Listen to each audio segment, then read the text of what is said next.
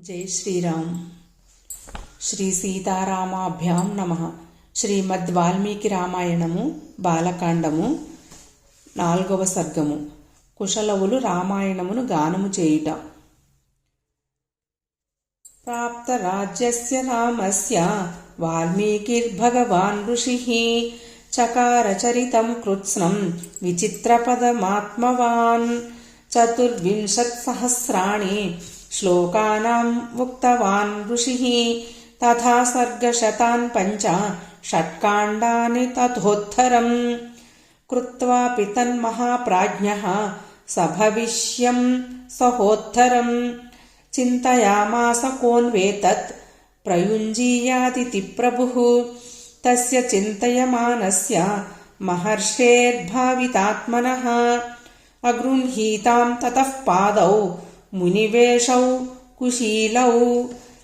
కుశీలౌ తు ధర్మజ్ఞౌ రాజపుత్రౌ యశస్వినౌ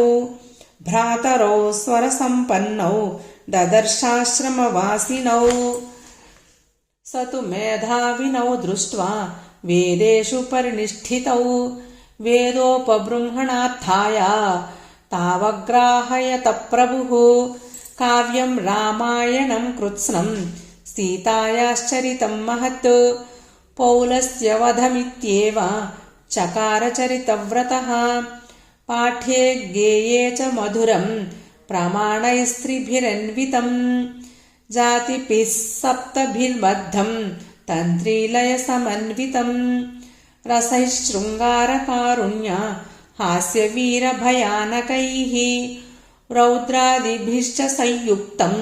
కావ్యమేతదగాయతాం తౌ తు గాంధర్వతత్వజ్ఞౌ మూర్ఛనాస్థానకోవిదౌ భ్రాతరౌ స్వరసంపన్నౌ గంధర్వావివ రూపిణౌ రూపలక్షణసంపన్నౌ మధురస్వరభాషిణౌ బింబాదివోద్ధృతౌ బింబౌ రామదేహాత్తథాపరౌ తౌ రాజపుత్రౌ కార్త్స్నేన్యనా ధన్యమాఖ్యానముత్తమం వాచో విధేయం తత్సర్వం కృత్వా కావ్యమనిందితౌ ఋషీణాం చ ద్విజాతీనాం సాధూనాం చ సమాగమే యథోపదేశం తత్వజ్ఞౌ జగత్తుస్థౌ సమాహితౌ మహాత్మానౌ మహాభాగౌ సర్వలక్షణలక్షితౌ తౌ కదాచిత్ సమేతానాం ఋషీణాం భావితాత్మనాం ఆసీనానాం సమీపస్థౌ ఇదం కావ్యం అగాయతాం తచ్శ్రుత్వా మునయః సర్వే బాష్పపర్యాకులేక్షణాః సాధు సాధ్వితి తావూచుః పరం విస్మయమాగతాః తే ప్రీతమనసః సర్వే మునయో ధర్మవత్సలాః ప్రశంసుః ప్రశస్తవ్యౌ గాయమానౌ కుశీలౌ అహో గీతస్య మాధుర్యం శ్లోకానాం తు విశేషతః చిరనిర్వృత్తమప్యేతత్ ప్రత్యక్షమివ దర్శితం ప్రవిశ్య తావుభౌ సుష్ఠు భావం సమ్యగగాయతాం సహితౌ మధురం రక్తం సంపన్నం స్వరసంపదా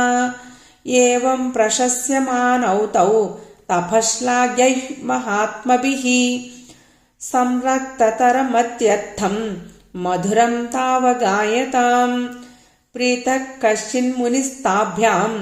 సంస్థితం కలశం దదౌ ప్రసన్నో వల్కలం కశ్చిద్ దదౌ తాభ్యాం మహాయశాః అన్యః కృష్ణాజినం ప్రాదాత్ మౌంజీమన్యో మహామునిః కశ్చిత్ కమండలుం ప్రాదాత్ యజ్ఞసూత్రం తథాపరః ఔదుంబరీం వృసీమన్యో జపమాలాం అథాపరః వృసీమన్యత్తదా ప్రాదాత్ కౌపీనం అపరో మునిః తాభ్యాం దదౌ తదా హృష్టః కుఠారమాపరో మునిః కాషాయమపరో వస్త్రం చీరమన్యో దదౌ మునిః జఠాబంధనమన్యస్తు కాష్టరజ్జుం मुदान्वितः यज्ञभाण्डं ऋषिः कश्चित् काष्ठभारं तथा परः आयुष्यमपरे प्राहुः मुदा तत्र महर्षयः ददुश्चैव वरान् सर्वे मुनयः सत्यवादिनः आश्चर्यमिदमाख्यानं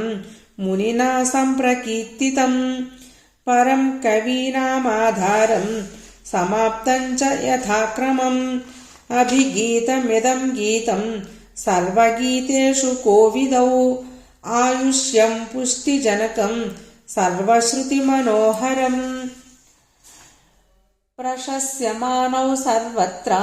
कदाचित्तत्र गायकौ रथ्यासुराजमार्गेषु ददर्श भरताग्रजः स्ववेस्मचानीय तदा भ्रातरौ च कुशीलौ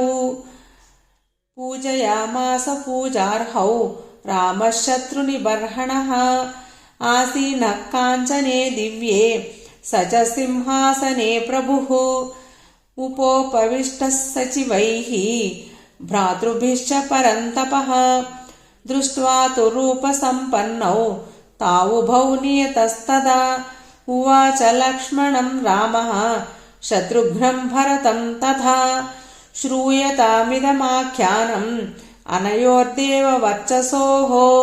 विचित्रार्थपदं सम्यग् गायकौ तावचोदयत् तौ चापि मधुरं रक्तं स्वञ्चितायत निस्वनम् तन्त्रीलयवदत्यर्थं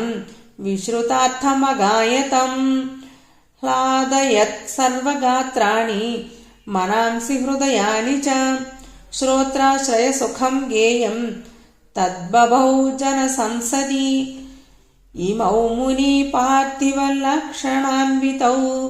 कुशीलौ चैव महातपस्विनौ ममापि तद्भूतिकरं प्रवक्ष्यते महानुभावं चरितं निबोधत ततस्तु तौ रामवचः प्रचोदितौ अगायतां मार्गविधानसम्पदा स चापि रामः परिषद्गतः शनैः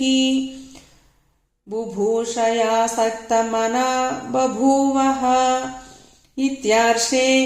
श्रीमद् रामायणे आदिकाव्ये वाल्मीकिये बालकाण्डे